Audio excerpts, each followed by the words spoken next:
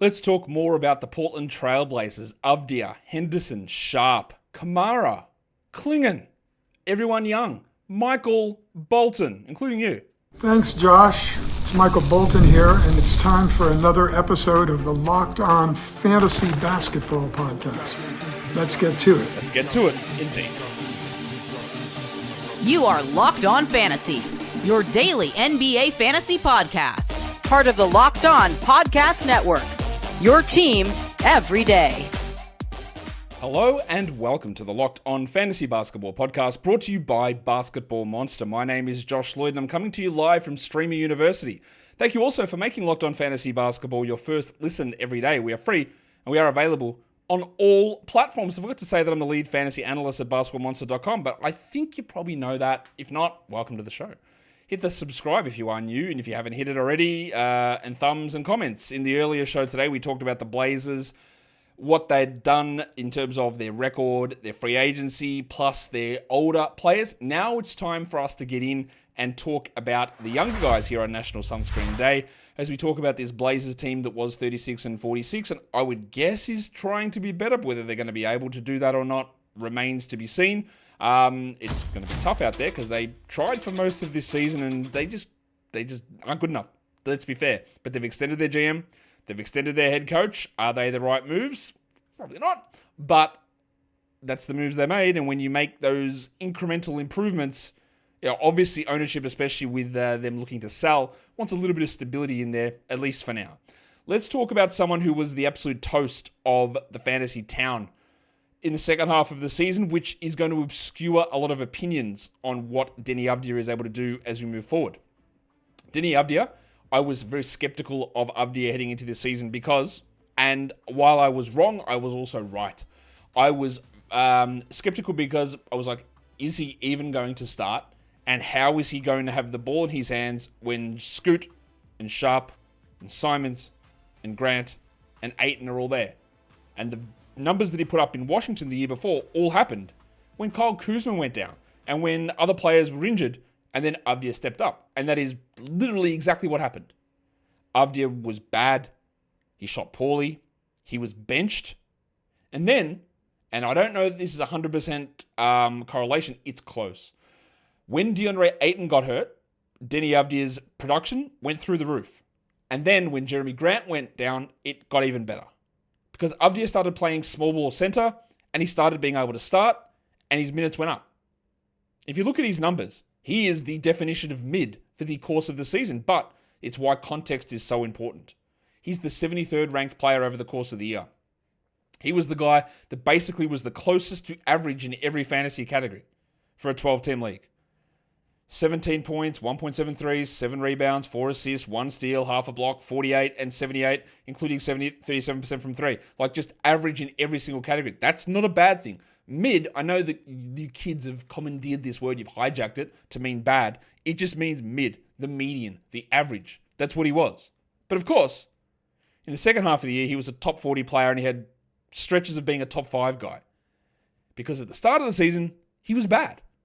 And it all ended up being very middle. And a mid-ranking, what is that important for? Roto.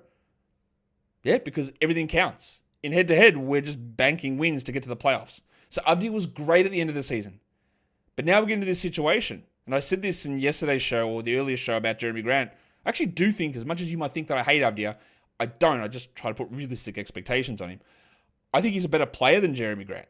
But is Deni Avdija the guy that's going to be dropping top 5 fantasy numbers and leading your team to playoff glory? In no world is that going to be a thing that happens. He was great because Ayton and Grant and then other players were out. And when he has to fall back and fit into a different role, things will be different. He played 30 minutes a night. I expect that goes up next season. But still, the problem persists. It's Sharpe, Simons, Camara, Scoot, Grant, Ayton, Clingan. How do they all get minutes and touches? Something has to give somewhere. Avdija was able to up his rebound numbers, his assist numbers, his usage numbers, and his shooting numbers in the second half of the season. He did that the year before as well. What I need to see from Avdija, because there are people who'll be like, yeah, he's a perennial all-star type player. He's your face of the franchise. I call bullshit on that. I don't believe that he is that player at all. Like, not at all. And if you want Deni Avdija to be the face of your franchise, get ready to learn 12th seed, buddy, because that is all you're going to be moving forward.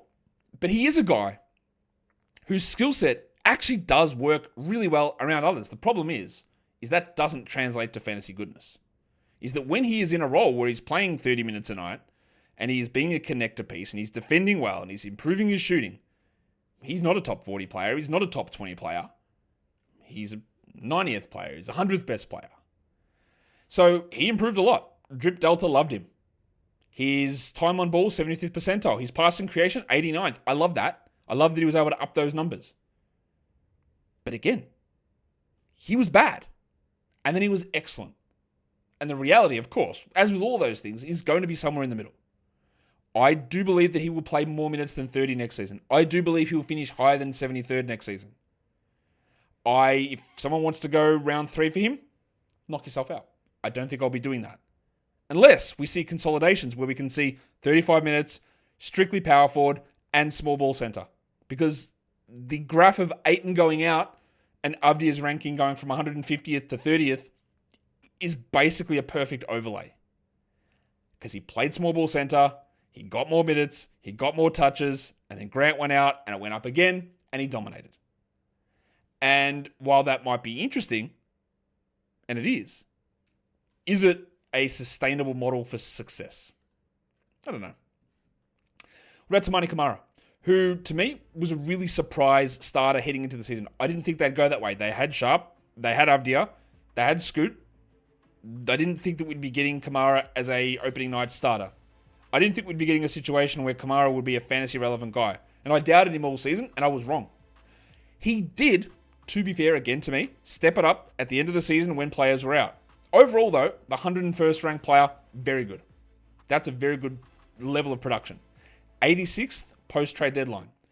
But the numbers, they're not good. Like, he is fine. And that's where we get into that head-to-head versus roto versus points league conundrum. Is someone who averages 11 with 1.73, 6 rebounds, 2 assists, 1.5 steals, that's a good number, shooting 46 and 72, is that actually like a good must-roster player? Or can you get more value streaming that guy in? The correct answer is you can easily stream that number in, like without question. 11 points, under 2 threes, under 6 boards, under 2.5 assists. The 1.5 steals is really solid. Below average field goals, below average free throws. Those are not good numbers. Now, Camara is an elite level defender. Rightfully made one of the NBA's all defense teams. Deflections and rim contest numbers, pretty good. He's not a high offensive volume guy, 14 usage. I'm not really ever sure that's going to change.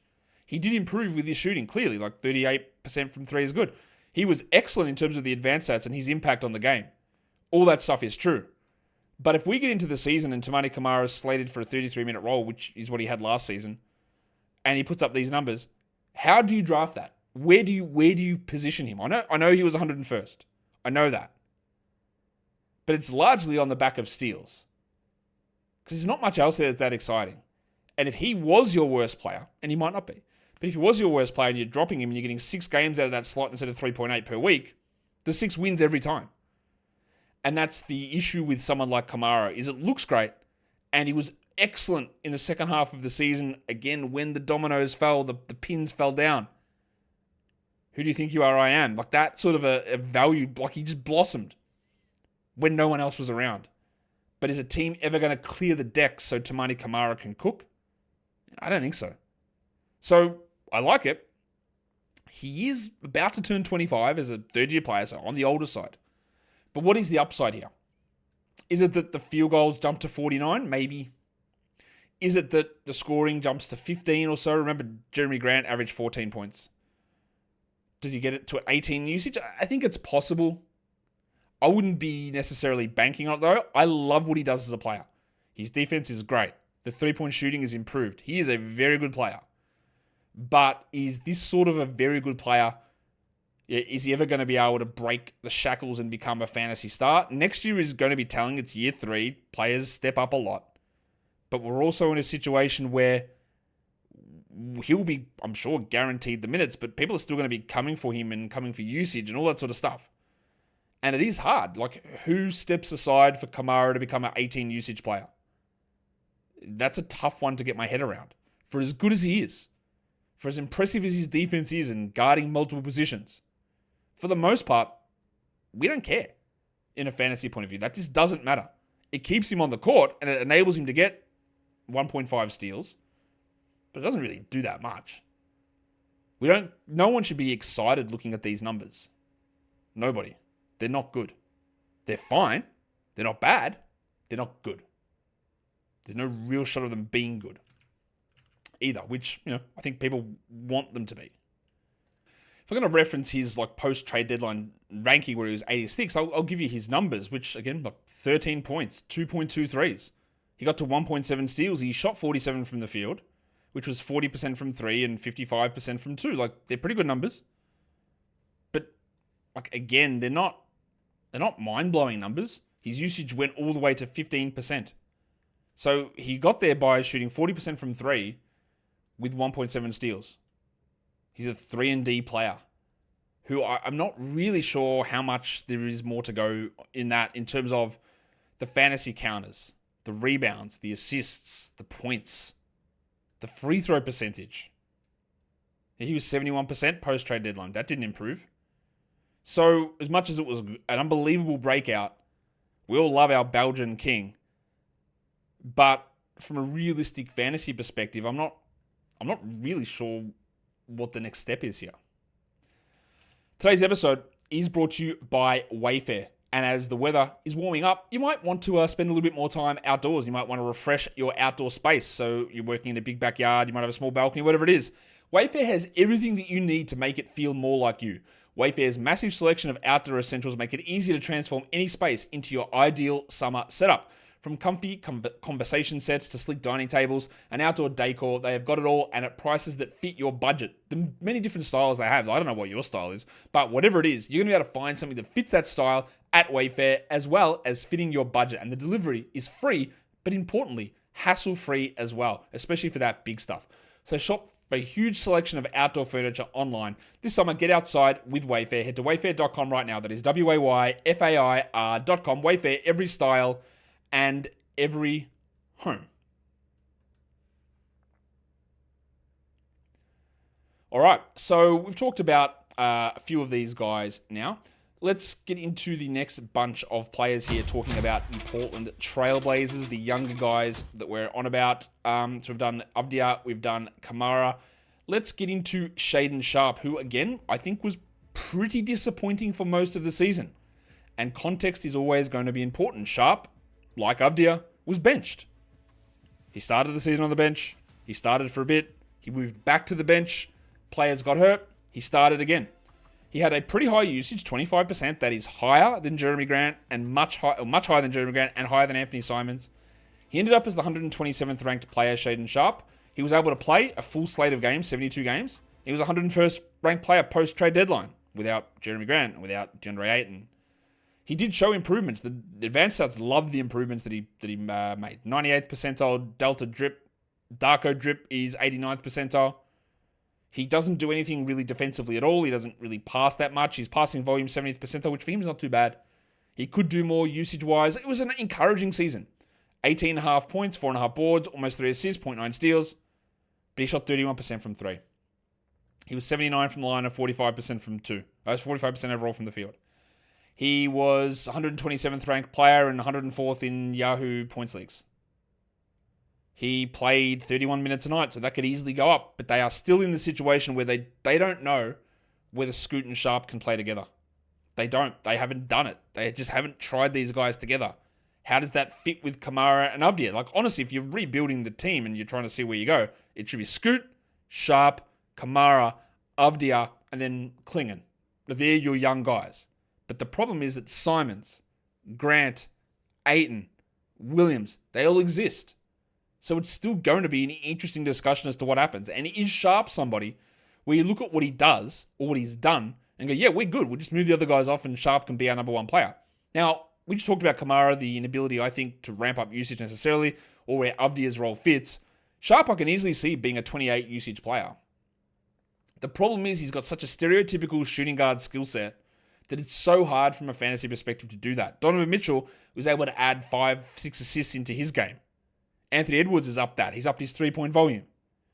Sharpe doesn't really have that. He doesn't have the passing game. He doesn't have the defense. He doesn't have anywhere near that efficiency. And being a shooting guard, a high volume shooting guard, you sort of need to bring other parts in. You need to be an elite rebounder. You need to be able to become a pseudo lead ball handler. You need to generate defensive stats somehow. And he doesn't do any of that at this point in his career, and I haven't really seen the flashes of it. There were steps forward this season from Sharpe, so I'm not going to count him out. He's only 22. He's still got plenty of room to grow. So I thought I could have expected more this season from Sharpe, but in the end, I think the production we ended up getting was pretty good. It was reasonably good, but it did require certain things to go his way. It did require certain scenarios which looked bleak at times to head in that direction. Now, would I feel more comfortable about Sharpe's future in this organization than, say, Scoot Henderson? Yeah. Do I still think Scoot Henderson has the higher upside? Also, yes. But that doesn't always come to fruition. Is Sharpe a higher upside fantasy player than Simons? Not really, because Simons has more passing ability. He's got more three-point shooting ability. He's a better free throw shooter. Whereas Sharpe has shown some volume stuff, some hyper athleticism, but a lot of other stuff that doesn't really get me there yet. But we're only a few years in. So he does have room to still improve. He's still really young. Lack of experience, a lot of injuries. But the overall shape of the skill set so far, it's a little concerning in terms of how you hit that next level. Unless you're getting 30 usage, 25 points a game, and then you add 5 assists in by being the primary playmaker without being a point guard. Think Devin Booker-ish. Like, I don't really see any of those flashes from Sharpe at this point. Let's go to Donovan Clingan, high draft pick, barely played. Honestly, just didn't play. He was the third string center basically all season, and that's not even including that Avdija and Grant played small ball. But at the end of the season, Robert Williams was done, DeAndre Ayton was done, so Clingan started. He ended up as the 172nd ranked player this season. He played just 20 minutes a night. He did play 67 games, but he was like a 12-minute-a-night player. There were concerns with him regarding his endurance at college because he was a top-ranked player and just wouldn't play 30 minutes. And to begin this season, he barely played either. But down the stretch, his minutes did rise. He did start playing more minutes. But I think the expectation was that he'd come in, he'd play 30 minutes down that stretch when guys are out, and he'd be a top 50 guy. He was 146th after the trade deadline. It's not that encouraging, is it? Yeah, he can test shots. He blocks shots.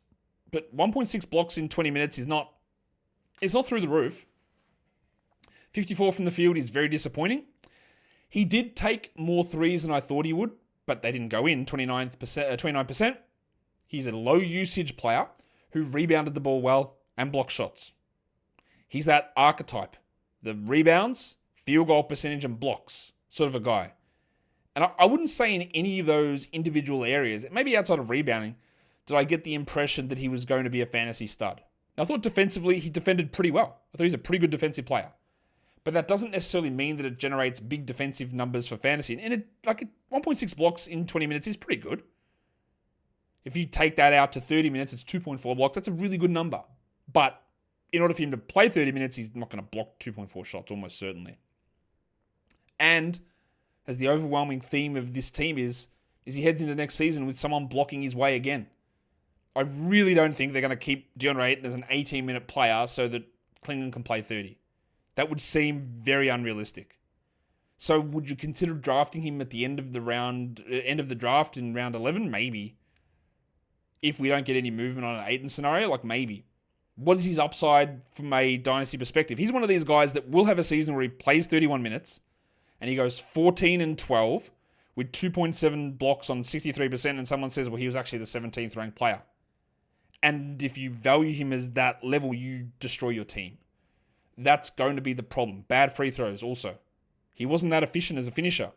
And I think there was some souring on Clingan towards the end of the season because people saw those minutes rise up and he still couldn't do anything. He still didn't put up those games where you go, all right, we're here now. We're getting the numbers that we wanted. In 29 games post-trade deadline, he played 25 minutes. He averaged 8 and 10 with 1.8 blocks in 25 minutes. He shot 55% again from the field. It's not that good. He needs to be doing more than that. So he is a rookie. He's never going to be a high usage player. And the things that would lead to traditional fantasy success, I didn't think were in the spot they needed to be at. So, like nearly everybody in that draft class, I'm much lower on Clingan than other people. And we still don't have a clear path for him. Is he a guy that could be a starting center? Yeah. Will he ever reach the heights as a real-life starting center of like a Jakob Poeltl, for example? I think that's debatable. I don't think that, like, if you had to grade it out now, I don't think he'll ever have the impact that DeAndre Ayton has had so far. I don't think he's as good as Ayton. Defensively, clearly, yeah. Offensively, never. And there are still issues defensively, and what he takes away offensively is a problem. I still think that he's going to improve. Obviously, he's 21. There's going to be stuff that gets better.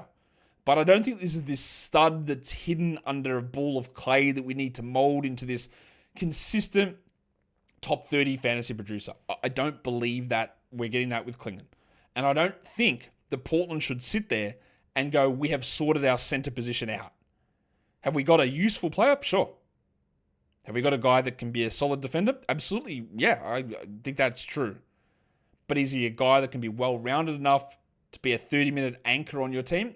I'm not convinced of that. I'm not convinced that's the way to go. I'm not convinced that he will be able to produce that level of value. And again, I just could be off on that, but I was very down on this class. I would say that take of being down on this class was proven 100% correct, but there is still going to be people that think a little differently, and that's where, when we're talking dynasty and valuations of players, you try and make those adjustments. Admittedly, I was very high on Scoot Henderson as a prospect. That has not worked out at all so far. There are two ways to look at this, and I think both are valid. Scoot Henderson has been put in suboptimal positions to succeed. He was on a bad team and never given the opportunity to start and run an offense. Even here in year 2, we saw minutes trending down. Even as they got out of it, we didn't see Scoot get the big run. But also, Scoot didn't demand to be in that position with his play. He had a good run at the end of his rookie season. He had a few okay moments. He had a lot of ankle injuries. I thought he improved quite a bit, and you can see Darko's Delta really did show that. Drip, not so much.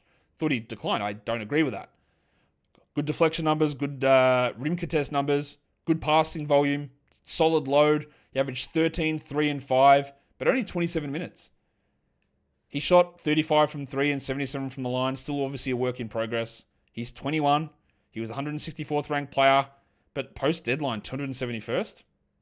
Scoot, what happened? What happened there? He averaged 27 minutes post-deadline, but shot 39%, 73% from the line. Didn't get a single block and averaged under a steal. Like, just bad.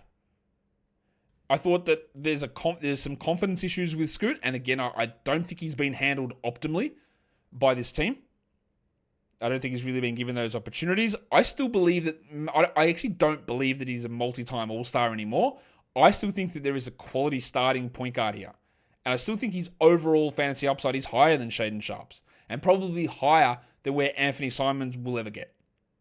But I'm not really sure what happens on this team. There seems to be a disconnect. I think he's done plenty to get a larger role, but how do you do it? Because I'll just say the names again. Simons, Sharpe, Camara, I'll throw Thibault in there, Avdija, Grant. Where does he play? How does he get the 32 minutes a night and running a team? Because he hasn't had that chance.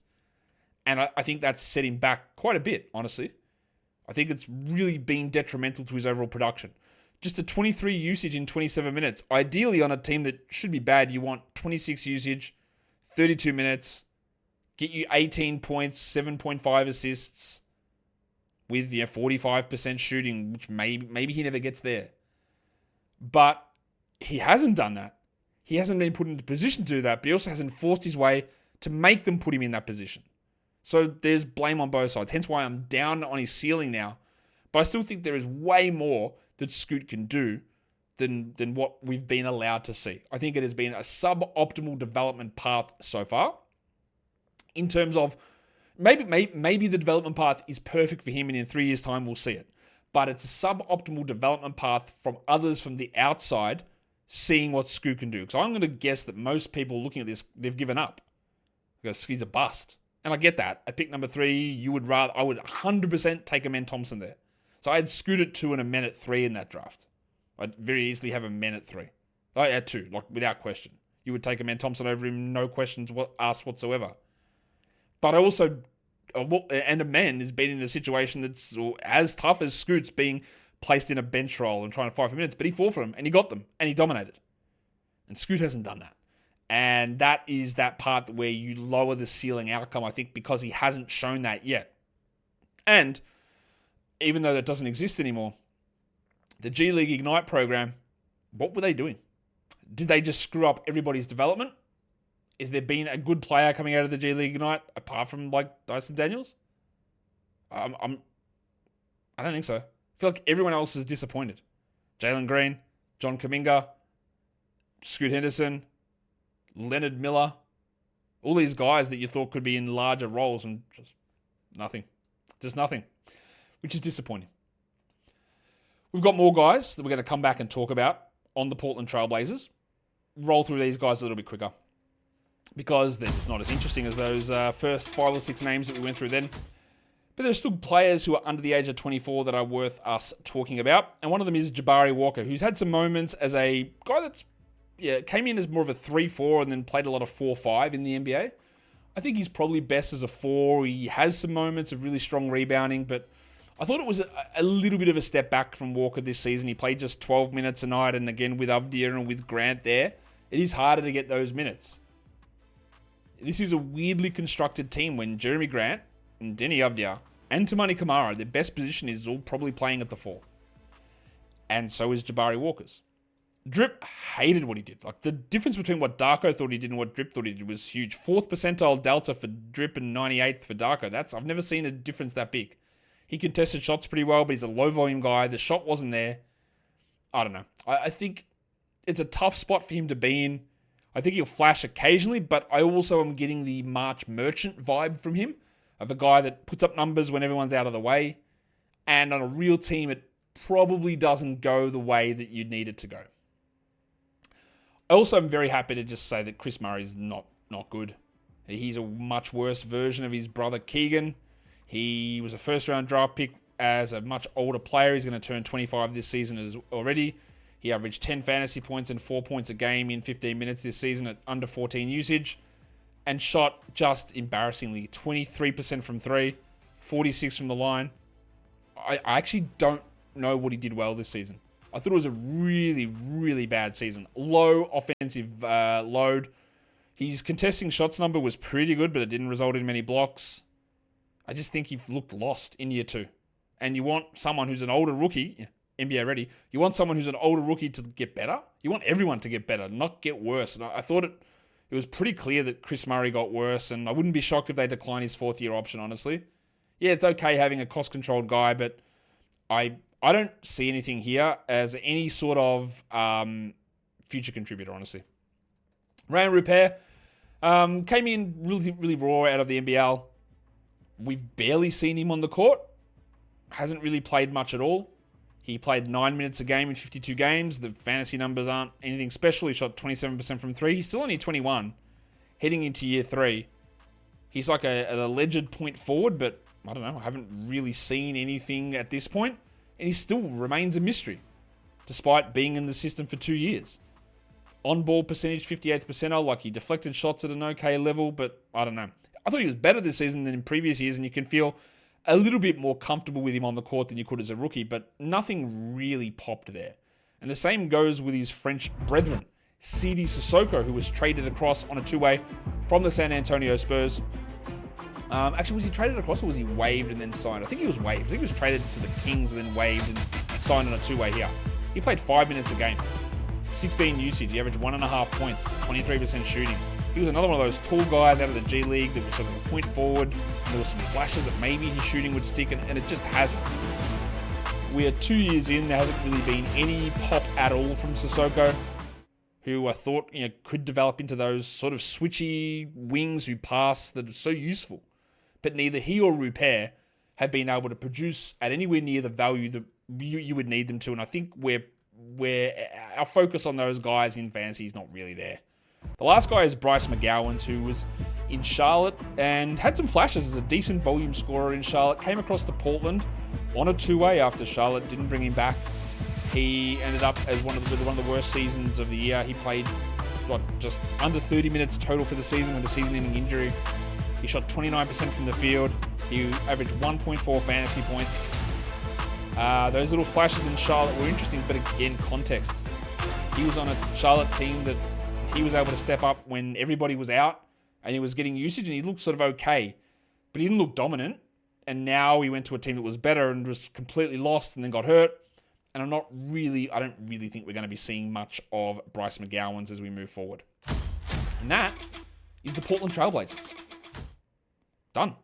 The next team we're going to do is going to be the Dallas Mavericks. I'm not sure exactly what day that's going to come, but I know tomorrow we've got some draft prospect shows coming, so stick around for those. You know what to do. You subscribe, you hit the thumb, you leave your comments down below. Give me your takes on Deni Avdija, on Scoot Henderson, Shaedon Sharpe, Donovan Clingan, Toumani Camara. Do you disagree with my evaluation of those guys? Drop them in the comments down below. Guys, we are done here. Thank you so much for listening, everyone. See ya.